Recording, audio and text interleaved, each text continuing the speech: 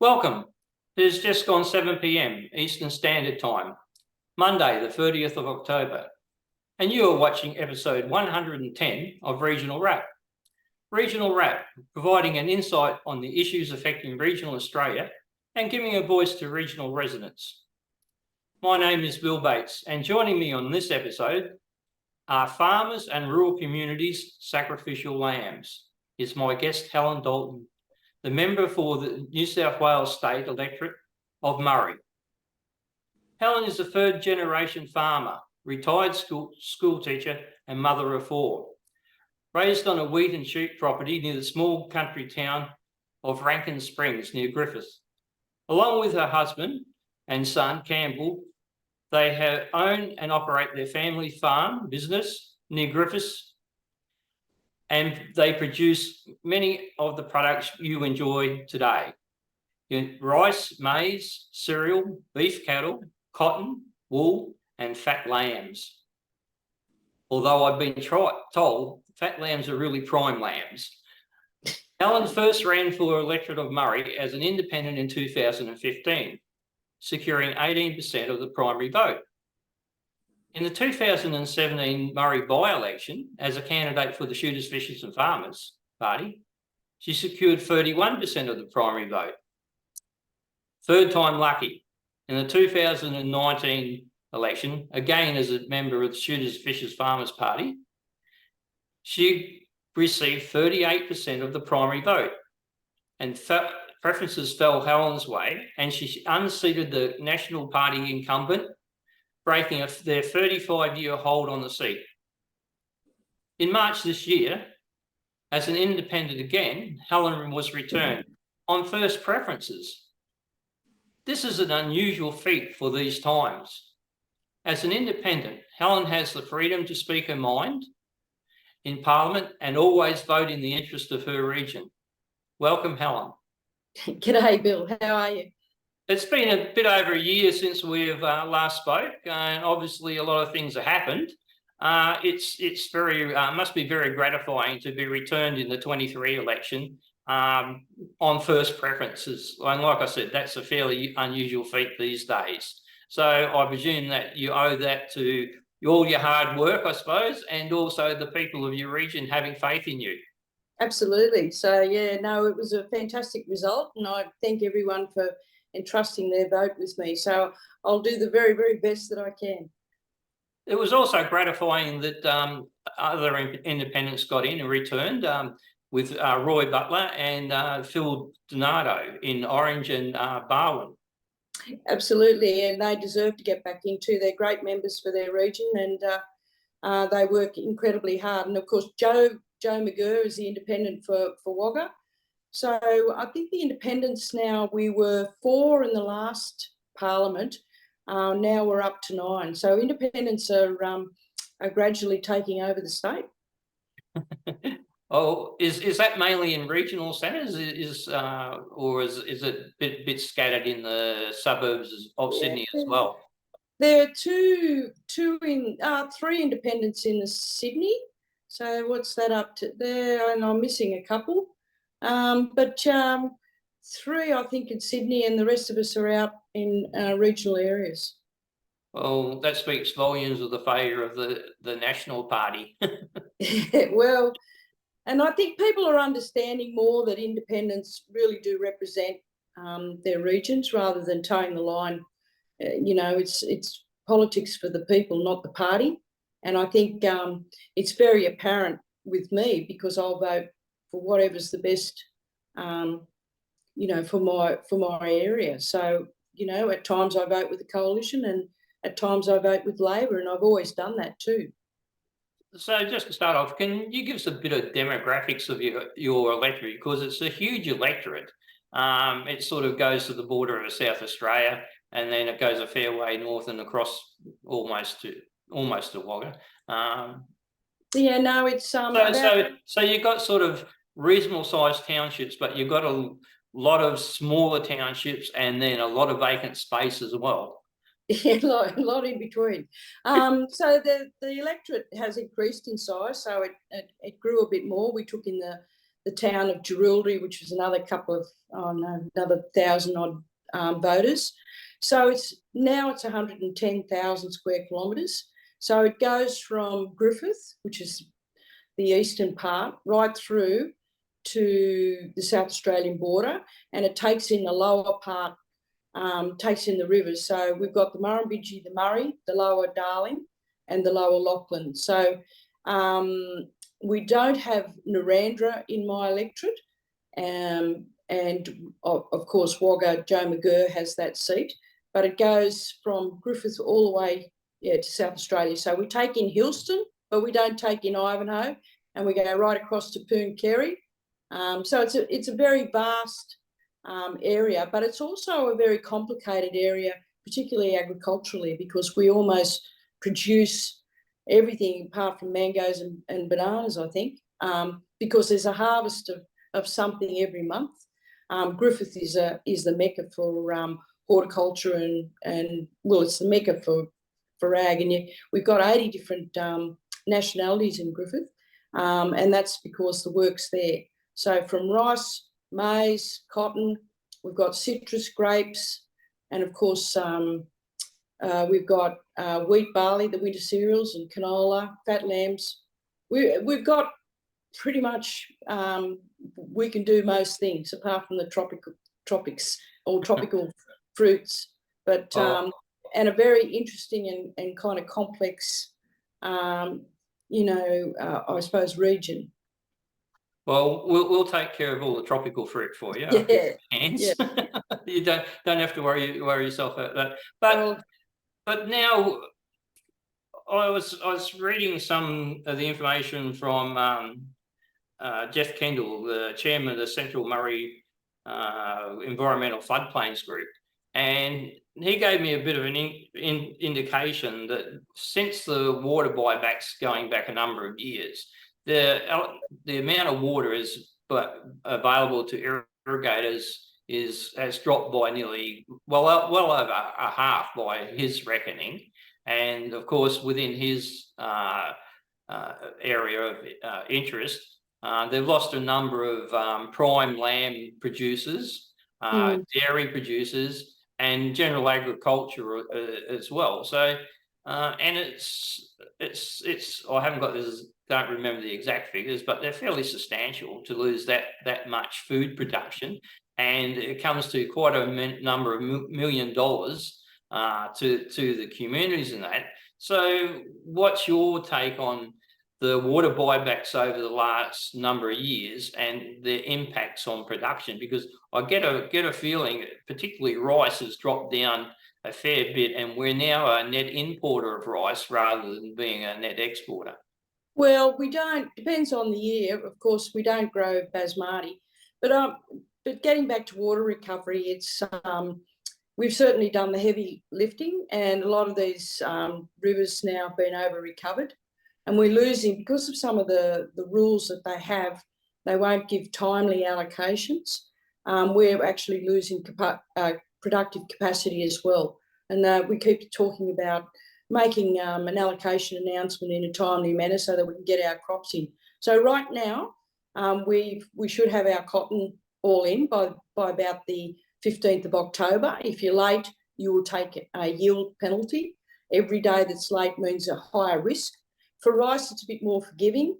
There are varieties you can sow right up until probably early December, depending on what it is. But right now, we finished on our property, we finished sowing our rice the other day, and of course we're preparing to harvest our winter cereals. So there's a lot going on, but we will certainly have lost a lot of production. Rice used to be, I think I can remember one year where we had 1.2 million tonnes, and it's dropped well below that now. And of course we feed a lot of people with our rice. We're the most efficient rice growers in the world. The dairying industry has lost lots, and I know it was in the matter of only maybe, 7 or 8 years, we used to have 60 dairies, and now we're less than 20. And of course, we are only holding our own just with fresh milk, and of course, we're getting lots of imported dairy products coming in. And that's a real concern, because if you take another 450 gigalitres out of the system, it's going to mean an increase in food prices. It's going to mean we won't be competitive, because water is what's left will be worth more. And if we're trading water to the commodity that can pay the most, and at the moment it's nuts, it might pay us to sit under a tree all summer and sell our water to the nut producers rather than take a risk. So there is a tipping point for us. And of course, those that are remaining that on a system, say you've got a channel and a couple of people decide to get rid of their water and just do dry land farming, which is occurring in some places, the rest of us are then got to pick up the pieces and pay. We actually have to pay for the channel. So it means more cost on us and less people to share that burden of cost. It's a simple economics thing. And as I told Rose Jackson today, the Water Minister, there is a tipping point. And I don't think she fully understands the whole thing. She hasn't got much of an idea. She's a city MP, and you have to live and breathe this stuff to actually get a good grasp of what's going on and be out on the paddocks, you know, and understand what it is, because farming is risky and there's got to be something in it for us. And if it's easier to go and sell our water to somebody like a nut producer who's got deep pockets and can pay for it, particularly during a drought when we have low allocation, that's exactly what will happen. And of course, that means for me, if we do that, we've got people that work for us, they'll lose their jobs. You know, it's really hard and tough on communities, tough on our infrastructure within the towns. You know, the kids, people leave, and of course schools get downgraded, hospitals get downgraded, banks close, and it just leads to hardship in our communities. Well, that's the result of, you know, lower production and less producers. Yep. Impacts on the supply chains, which your towns are built around in regards to providing services. So the machinery people, the bakers, the other people start not to have customers. Schools start not to have students, and then things wind back. The government doesn't seem to grasp the issue in regards to progress, development, and growth. That's what they're there for, I would have thought, but they just don't have that grasp.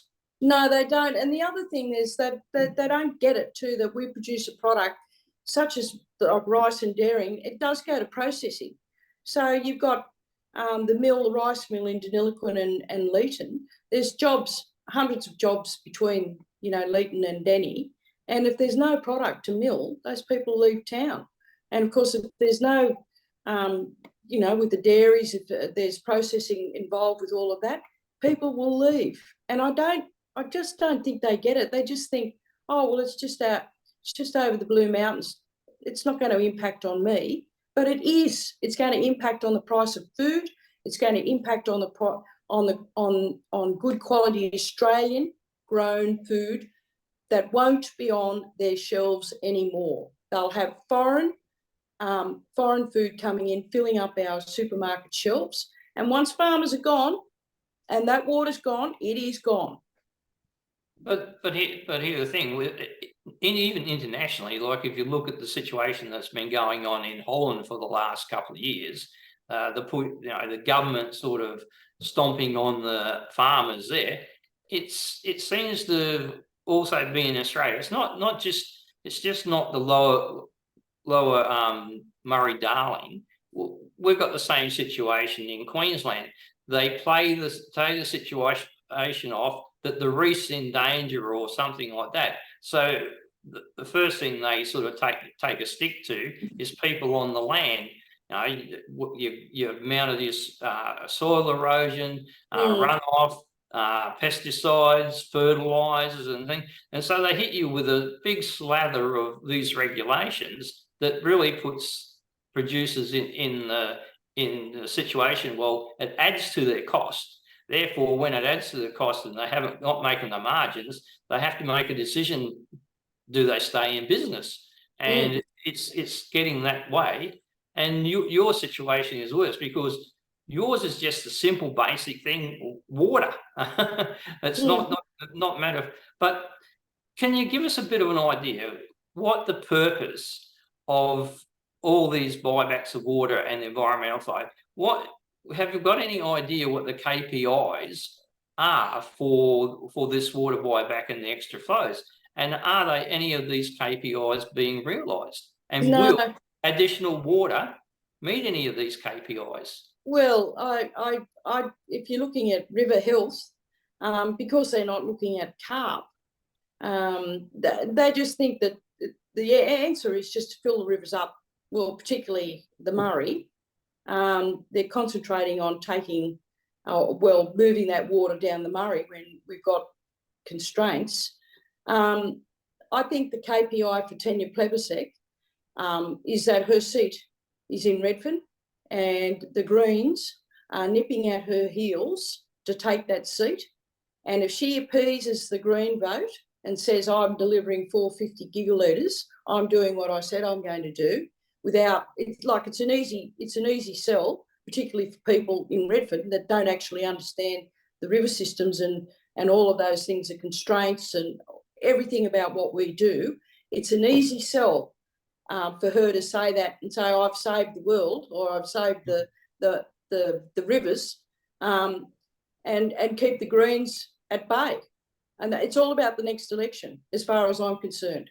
And the thing is, she's not addressing the issues in the Darling, which we've seen a huge fish kill in 2019 and again in 2023.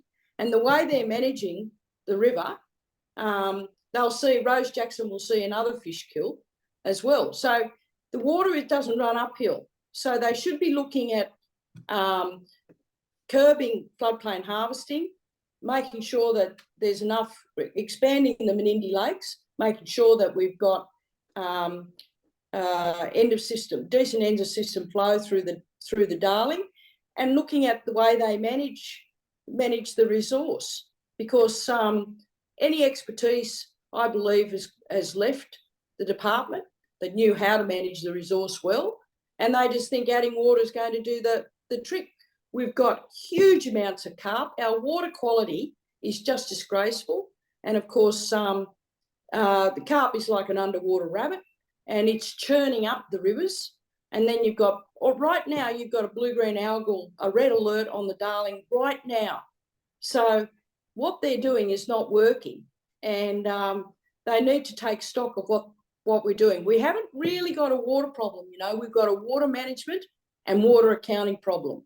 And they think that just taking water from the Murray, from the dams, the Dartmouth and Hume Dam, and sending it down to South Australia is going to cure Tanya's political woes. And I'm going to make sure that people understand what this is going to do to the rivers, what flooding is put in place, man-made floods that people will experience, and the hardship that it's going to bring, destroying riverbanks, all those things. We've got destroying the habitat for platypus. They're not even concerned about that, which is just amazing, given that it's supposed to be, the Murray-Darling Basin Plan is supposed to be an environmental plan. The other thing is too, like you said, there's a lot of expertise being lost over the years of people who are actually in the field and had a good hands-on thing. Now we've got a situation where our sort of Sydney bureaucrats and Canberra bureaucrats and Brisbane bureaucrats, especially in the environmental field, are filled with people who have got degrees in this, that, and the other thing, probably haven't had a lot of field experience. And some of the worst, our situation in Brisbane is that we've got people who have come in from the WWF and taken up high positions in the environmental bureaucracy and actually gone on to the Premier's department, but don't worry, they found another person from the marine environment conservation movement to come in and fill his job. So we're getting these bureaucrats who are ideologues in whatever the UN is interested in, sort of thing. And they're the expertise that have the major say. And it doesn't matter if you've got people with heaps of field experience put submissions in, they're just ignored, and the bureaucrats that they've installed in these departments, and I presume it's the same in Canberra, have full sway. No, that's right. And I think, you know, common sense is not that common. The other thing that's really distressing is, even from the beginning of the Murray-Darling Basin Plan, is the bureaucrats weren't interested in what the farmers had to say. And the farmers really are, the majority of them are great custodians of the land. If there has been degradation, it's because the government has, like, such as clearing. We took up land in the 1930s, and we were told we had to clear, otherwise the government would reclaim our land off us. So a lot of it has been poor government policy right from the word go. But generally speaking, farmers are the best environmentalists. I've seen people that live and work around the rivers, they understand the rivers. And yet you get somebody in Sydney and Canberra that wouldn't have no idea about the landscape. Yes, they've read a book and they may have passed have got the you know, credentials that say that they know it all, but they actually don't. The other thing is too, my understanding, when they first raised the Murray-Darling Basin Plan, it was sort of aimed at preserving or saving the Coorong and the lower lakes and the lower reaches in South Australia, keeping a lot of fresh water there, keeping Lake Alexandria a freshwater lake. But it seems strange that we're doing all this to keep an artificial environment alive. You know, I would understand where you would sort of say, well, we're doing this to keep some pristine piece of nature that's world class or something, and so we have to make these sacrifices. But when all we're doing is sending water, extra water down the Murray, that's actually gouging out our banks, flooding the rivers at regular times, so much so that it's actually killing the red gums, because while they need floodplains, they don't need it every year. No, they don't. And then we've got things where you can see that the banks are getting ripped up, and then you get down to the South Australia, and what's there? There's just a big artificial pond that they want to do some sailing, you know, have their sailing boats on. I think it's a bit skewed in the thinking that you're imposing all these environmental controls on New South Wales and Victoria for something that's completely artificial. That's right. And I've heard the South Australians go, oh, no, it's definitely freshwater. Like, well, why, if that's the case, why are the barrages there? And of course, we've got two machines that dredge the mouth of the Murray out, where normally the Southern Ocean would have come and scoured the mouth out, because we've got a big island in the middle of that. And of course, this, as I said, the South Australians have done a big marketing job on us and said that it was all, you know, the problem of New South Wales and whatever, when they've altered their environment themselves down there. They've created a lot of problems themselves, and it's time that they had a good hard look at their environment. But of course, there's a lot of development down on the lower lakes, and people like to have their boats sitting upright not on a muddy flat, but, you know, with 0.8 of a metre of water, and they like to look out from the balcony of their house and just see all this pristine so-called fresh water. There were naturally, that would not have been the case. Well, actually, if you go back before the barrages, it was an estuarine system, tidal system. You could catch lovely mulloway in that there. There were no carp in the place. But this development that we've got with the barrages put in there in the 1940s, and the extension of those, and you've got places like that Mandu Island that sits and blocks the mouth of the Murray, so everything's got to go around Mandu Island to get to the mouth of the Murray. So that slows everything down. To my way of thinking, they're allocating, I think, $3 billion for this buyback. But some of them were suggesting with the prices and that, they might be up for more like $11 million for cost of buyback. That $11 billion would go a long way to sort of, well, let's get rid of Mandu Island and let's get rid of that out of the way and throw it over the side. And the other interesting thing, Darren de Borderly sent me some information on the barrages and one of the all the drainage systems in South Australia. And there's a scientific paper now whinging about the outflow of all the drains in that southeast South Australia that sort of come out of Broadbeach. It comes out of a number of places along the coast. Broadbeach is one. And that fresh water flow is actually killing the seagrass. So now they've got a whinge that the drainage system that's been there was started to be installed, back in the 1860s and that. But of course, originally a lot of that land between Mount Gambier and the Lake Albert was a lot of swamps and there was a lot of bird life and stuff like that. But drainage has made that into sort of farmland. And that drainage is going to, of course, shortest route to the coast at various places. And now they've got a problem with killing the seedbed with the fresh water. Maybe some of that $3 billion could go diverting those drains and pumping it up to the South Australian higher reaches of the Murray and throw the fresh water in there and send it back down to the mouth. Well, I think, and you'd get your 450 gigalitres and more. Well, that would be an interesting thing to find out too, how much actually fresh water is going through those drains into the Southern Ocean. A lot, I think, like over 1,000 gigs, I believe, well over. So if they did redirect those that water into the Coorong, that would be the end of it. And we've given Tanya Plibersek about a dozen ways of swapping that 450 out, but not interested, which is incredibly disappointing. They'd rather spend taxpayers' money, and as you said, and I bet you are correct, in that it'll the prices will escalate.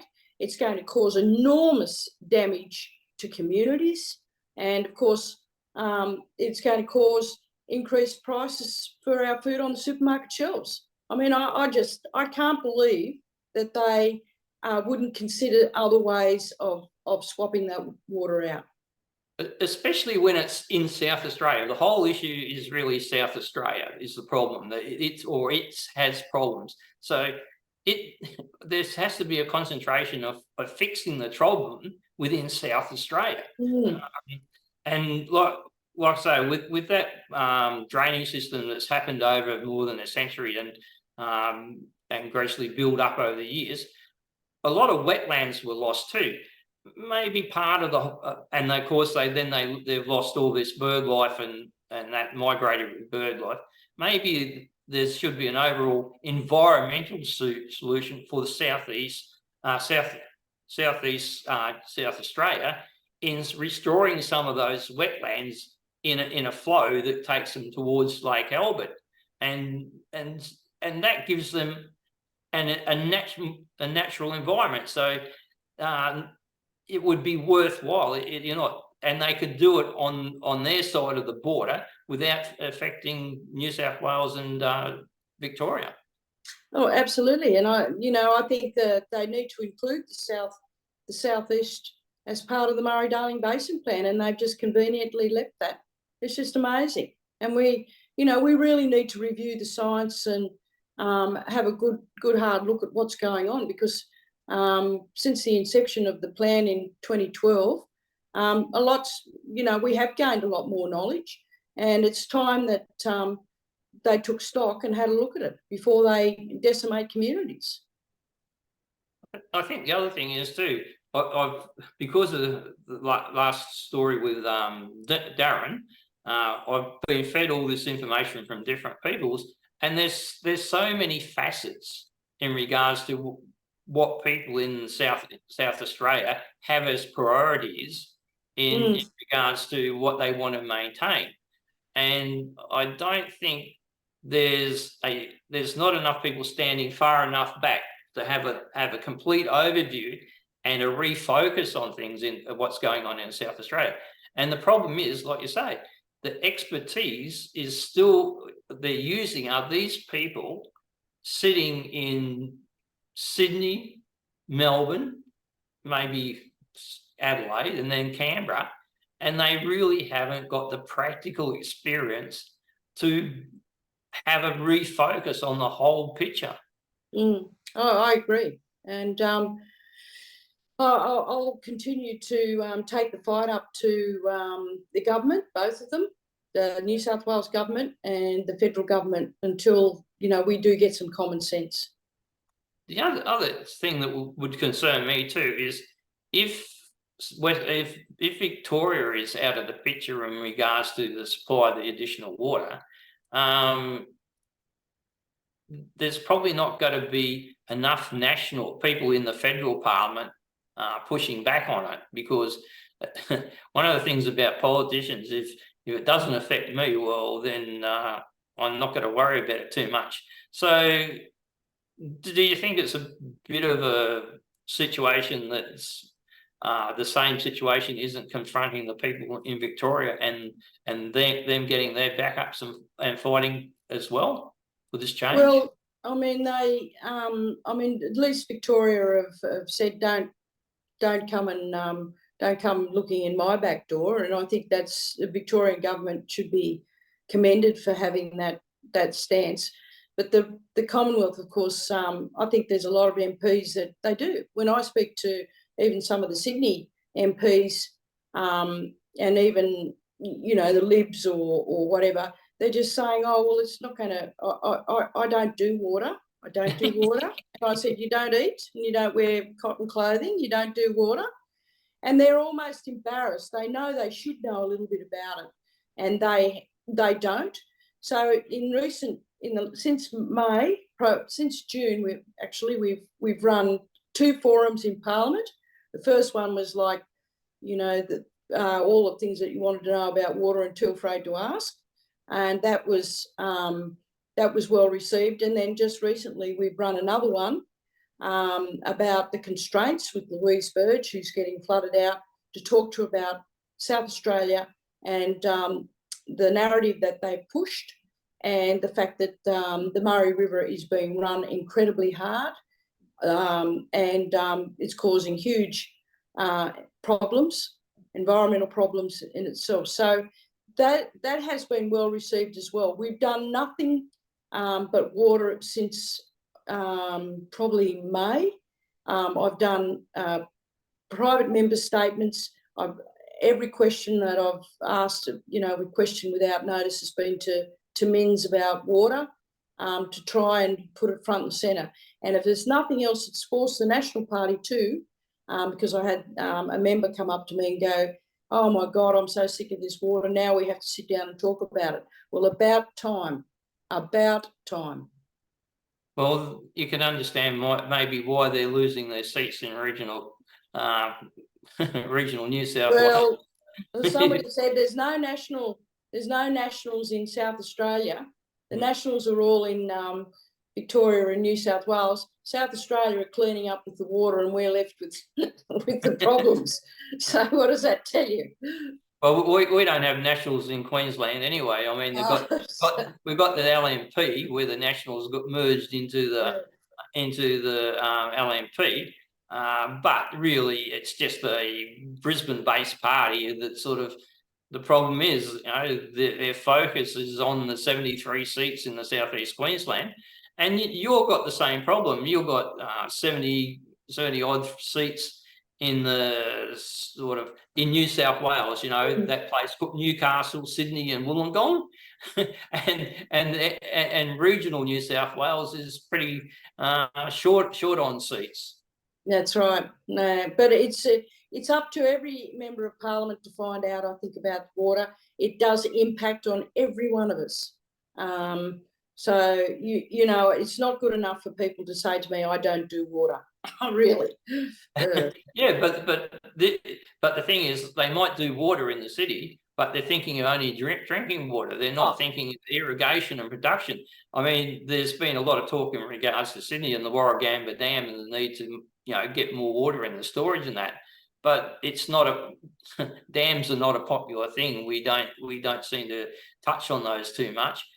Do you think there's a chance that the Minns government, as finding its way, might actually follow Victoria and say, well, look, we've got to stand up for this? Do you think there's a hope of that?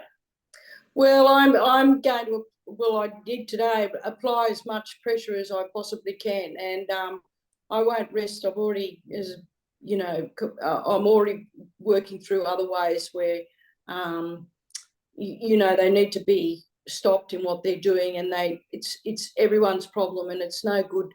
You know, Minns has just said, Chris has just said, oh, well, there's nothing we can do about all of this. Well, there is, absolutely there is, and he needs to be the premier for all of the state, not just for Sydney or what. He's the premier for regional New South Wales as well, and stand up for us.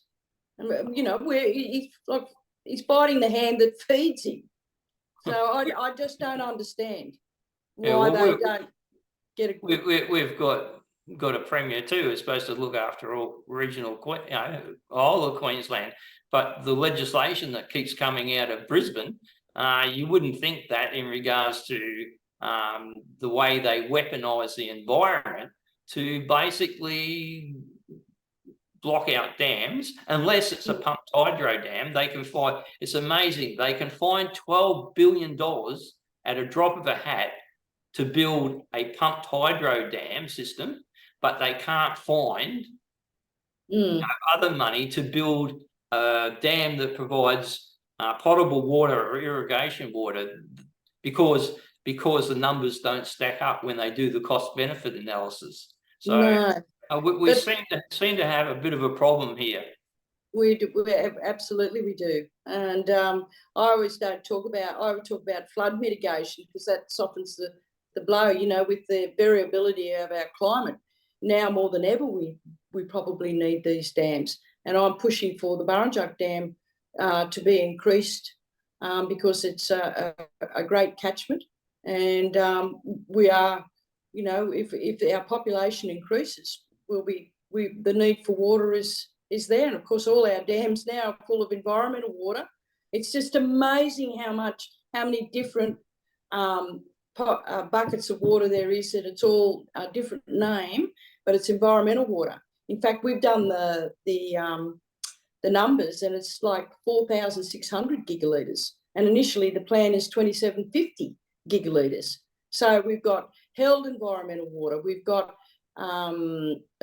salt dilution flows, we've got additional salt flows, we've got conveyance, we've got what was the other one? There's a whole bunch of it, but they don't count it as environmental water, but really it's what's in the name. It's when you add it all together, it's all for the environment. So it's just amazing how they can warp it the way they want to. But adding more, like I was thinking, you know, you could also, if they ever build a decent scheme, you know, a network system to bring water, you know, from Northern Australia down, because you know, Northern Australia gets 80% of Australia's rainfall, and the Murray-Darling, you only collect 6% of the Australian rainfall, mainland rainfall, so you don't get that much in comparison. But it's not, like you say, it doesn't seem to be a matter of more water in the system. It's basically we've probably got enough water, but we're not, like you say, we're not managing it. We're not managing the flow well. So you've got some solutions, but how much what was it take to influence these people? If you had solutions, is it almost that they'd only consider it if there was no cost, or what do you think they'd be prepared to stump up? Well, the thing that makes the change, it's just amazing. They can do it when they want to. They can do it when they want to, but the thing that really makes the change is the media. If they get pressure from the media, then they don't like to hear bad news, and it's the media that makes the change. And they certainly, you know, they start to sit around and talk about solutions or whatever. So it's great that you're interested in all of this, because everyone needs to have their say, and I wish more journalists and more of the media would get behind this regional rural New South Wales and really put pressure on the government. Well, I think one of the avenues we've got now, because I'm in across Northern Australia, far North Queensland, we get the benefit of Sky Regional News, free to air TV, and the interesting thing about Sky News is we get a lot of information in regional Australia from other areas in regional Australia that we wouldn't get on any other network. If you go back to about May this year, there was the West Australian Cultural Heritage, Indigenous Cultural Heritage Act in West Australia, which basically threatened all landowners. Basically, if you had more than a quarter-acre block, if you wanted to dig a hole, would have had to go and get a permit and get one of these people. Right. Now, that news, the Sky News' attention to that, with Outsiders, Credland,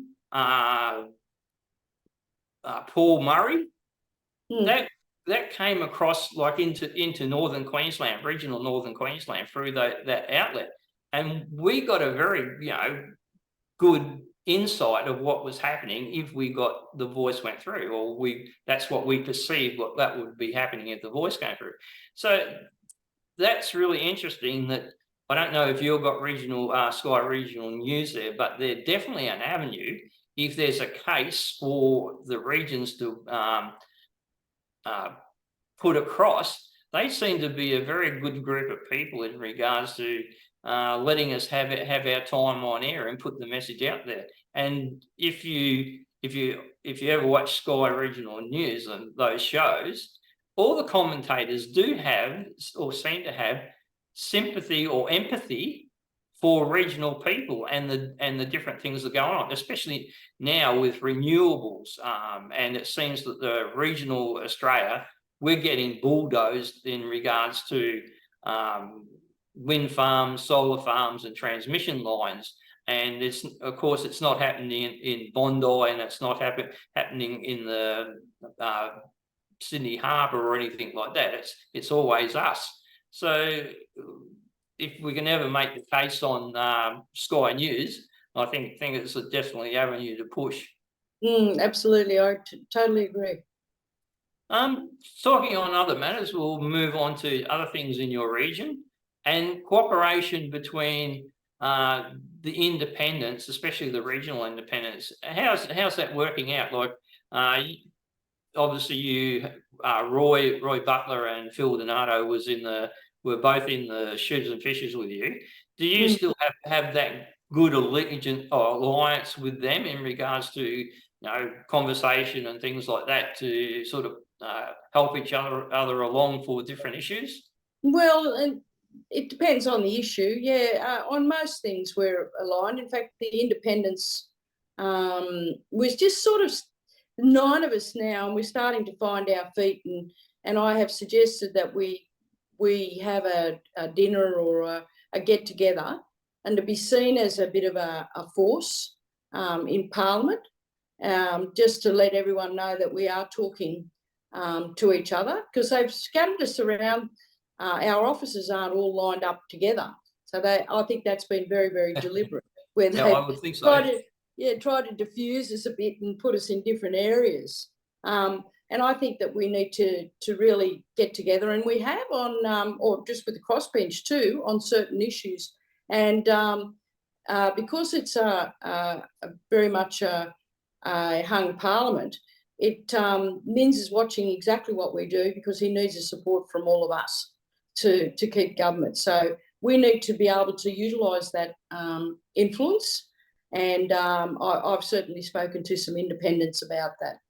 So with the independents, what's their sort of range of politics, from left to right? So are they fairly sort of in a small region sort of thing, or are they spread right across the spectrum?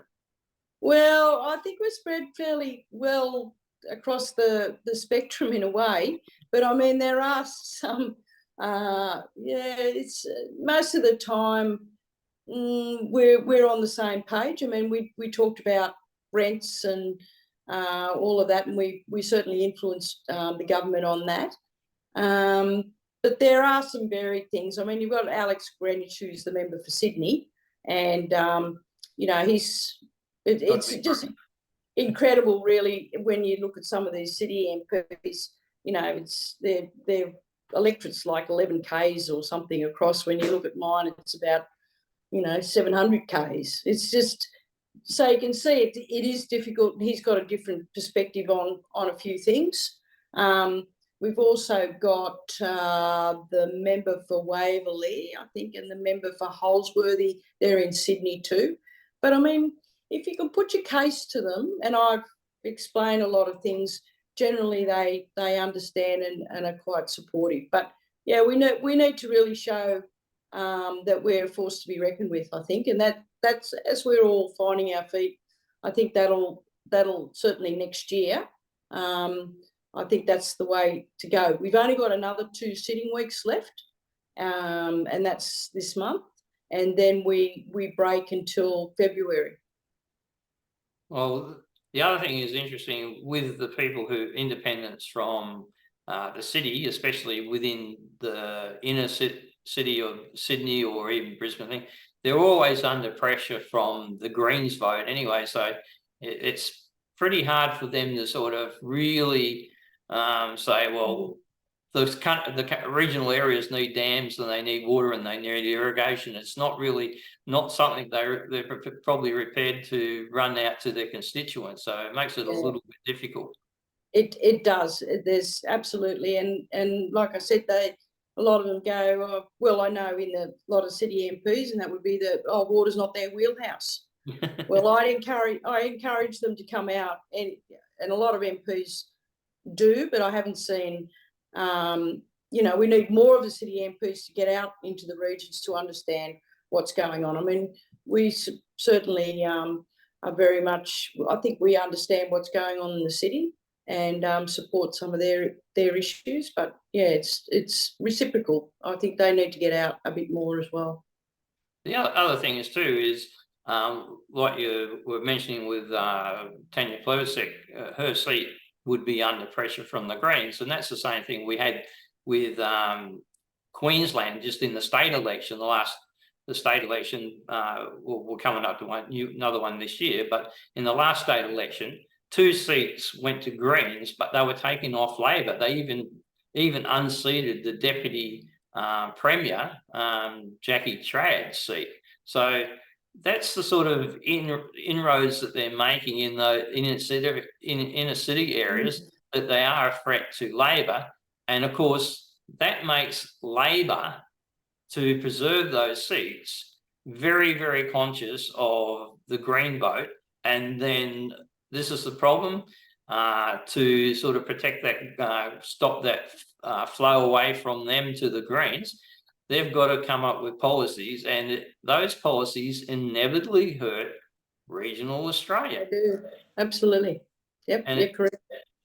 So it's an ongoing problem with the city seats, and it's also the ongoing problem is now that we're getting this back to this high immigration system after COVID. Although it will take a while for these people to get naturalised and become voters, and that will certainly add to the city vote. So we're up for a redistribution in 2025. So we'll get to the next election without a redistribution. And then after that, state-wise, we'll have a redistribution. But on the figures that Southeast Queensland of population figures, we're calculating that they, although they'd be, last time they increased the parliament by 4 seats with the redistribution, this time when they go to redistribution 8 years later, I don't think anyone will want more politicians, so they'll probably keep it as the same number of seats, but up the quota, the voting quota. But so what that will do with us, instead of having 73 seats in southeast Queensland and 20 seats out in the regions, we calculate at least a minimum of 2 seats will be lost with regional Queensland, and 2 seats will go to the southeast Queensland. So where do you think New South Wales is going in regards to, because you're well ahead of us. We've only got a population of 5.5 million, heading up to 6. There's 3.5 million people in southeast Queensland. You've got a situation where you're 8 and a bit million. You've got more than 5 odd million in Sydney area, like I say, Newcastle, Sydney, and Wollongong. So, do you know when you're due to face another redistribution? Although you just had one not long ago, and you just got a bit more area. That's right. I've just got, yeah. So mine increased, and I guess you would have had an extra seat or 2 in Sydney. So we're facing the same problem. So it just means less representation all the time. But it's interesting. Chris Minns in Parliament, he's not talking about. He's talking about growth in Sydney as increasing in density rather than spreading out. So so it'll take the same footprint if he gets his way. So you're right, it probably, instead of plus or minus 55 or 50,000 voters, it might be plus or minus, 60, or, people are living in high-rise buildings. It's going to be interesting. Yeah, it's interesting. We went from quotas in the probably at 2008 redistribution. We had took about 29,000. When we got to 2016, we were up to 33, going on 34. And I calculate if we keep the same number of seats, we'll actually be over 40,000 per seat. And the difference with us, of course, is we haven't got an upper house, so we're sort of really in strife in regards to those regional seats in the lower house. But you've got an upper house, but that doesn't necessarily help regional New South Wales either, because in theory, because the whole state votes for your upper house as one bunch. The whole, I think, what is it? How many you got? 47 in the lower house, or 45? In the lower house, we have 93 seats. No, yeah, and then upper house has about 45. Yeah, something like that. So all those 45 members could actually live in Sydney. Yeah, if they were actually picked by, if the Labor Party picked all its members, and the Greens and that, they could all live technically in Sydney or around Sydney. So just because you have an upper house doesn't necessarily mean the regions are any better off. No, that's true. So I don't know what the future holds for us. So I think it's going to be harder and harder, to be honest, and harder to be for me, like you've got my seat, which is 110,000 square kilometres. You've got Roy's, who's over 300,000. I mean, a lot of there's a third of that probably the unincorporated area, but it's massive, a massive job, huge.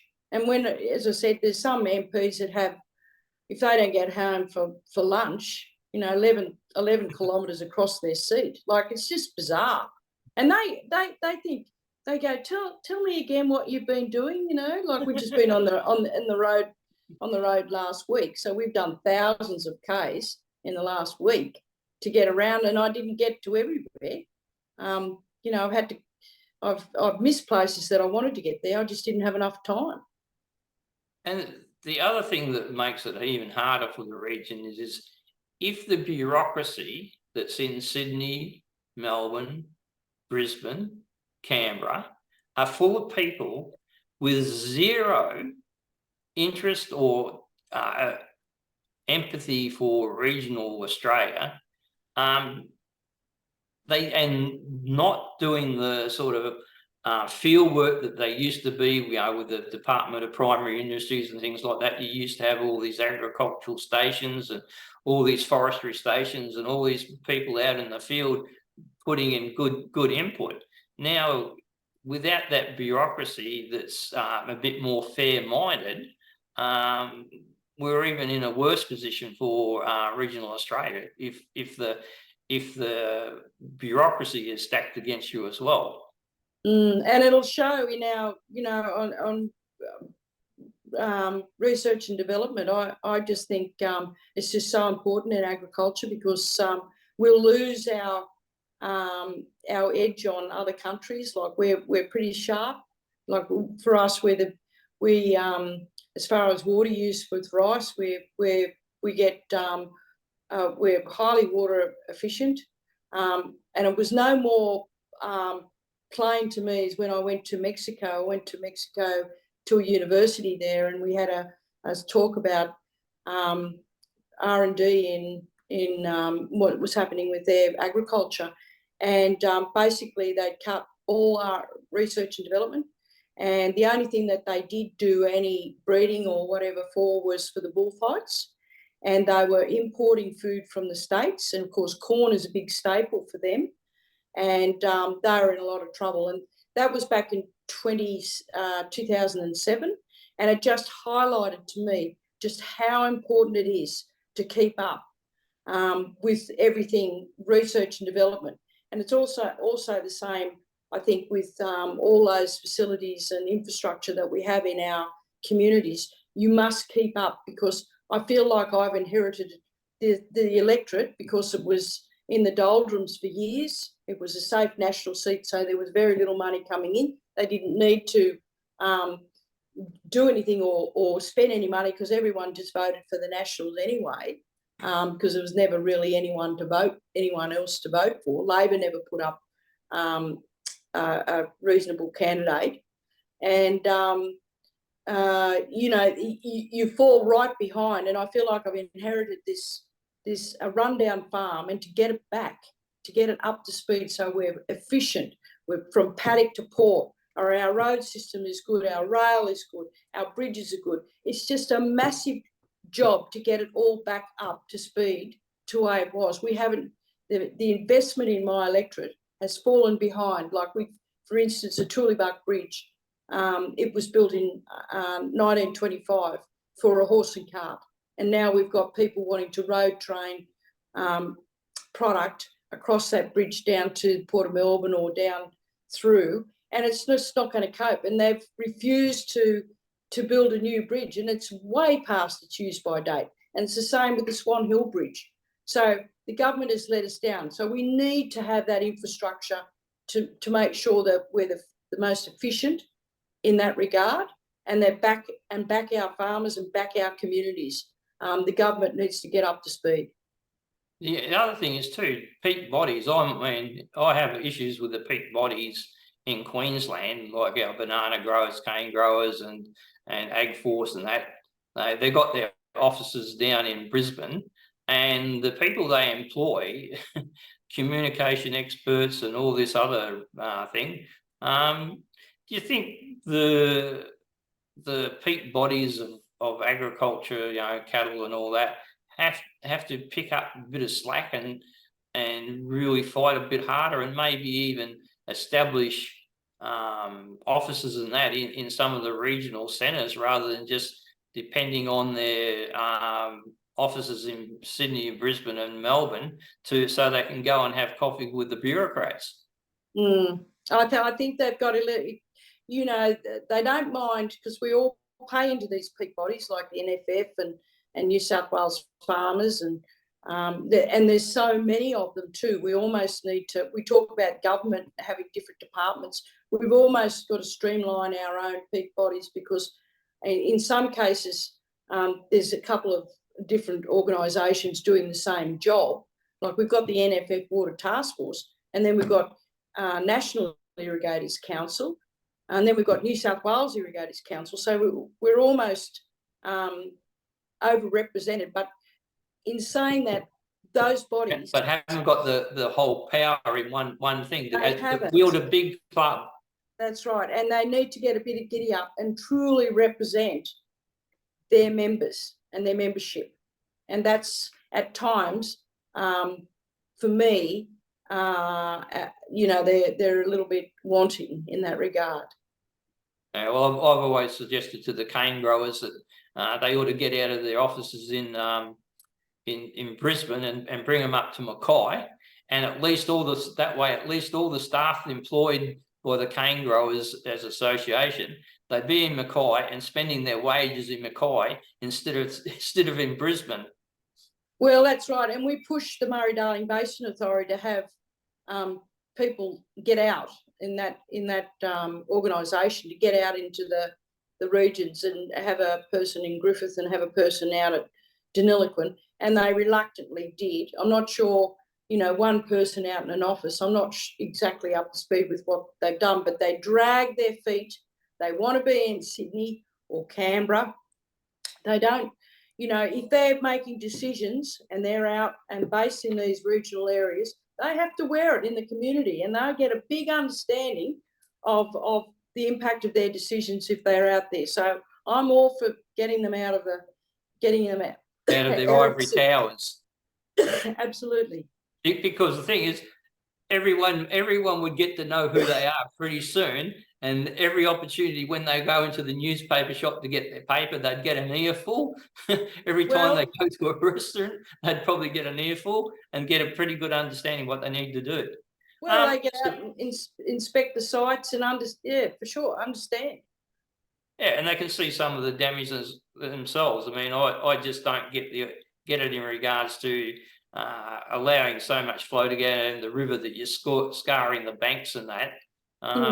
And then the other thing is they refuse to dredge. I just don't get it. Dredging is something they need to do, because nature is chaos, and as humans, we can put that chaos in order and be a lot better managers than just the rogue rainfalls and droughts and that hit us. Okay, look, we've gone over the hour. We might wrap it up there. But if you just stay on the line, we'll have a bit of a talk. But did you just want to finish on a bit of a note of anything particularly you're doing within your community at the moment? There might be a festival or something coming up soon. Yeah, no. Well, I think we're all gearing ourselves to a harvest and of course Christmas. So I'd like to wish everyone the season's greetings and have a happy harvest and a very successful harvest and a great Christmas, and I guess we look forward to 2024 and maybe having a bit of rain next year to keep everyone on track. Well, you just had 3 La Ninas. Well, you get ready there. We did. Yeah, no, well, really, this time last year we were underwater, so it's we just need average, and you know, that'd be nice. Just a good average year, but that'd be great. Well, that's what dams are made for. That, you know, storing those plentiful times and a bit of flood mitigation as well. And but we don't seem to have that under control. Look, Helen, thanks very much for your time tonight. It's really been appreciated. I'll just introduce next week's show, and then we'll come back to you. Okay. If you enjoyed this show, please like, share, and subscribe to our Facebook page, and also subscribe to our YouTube channel.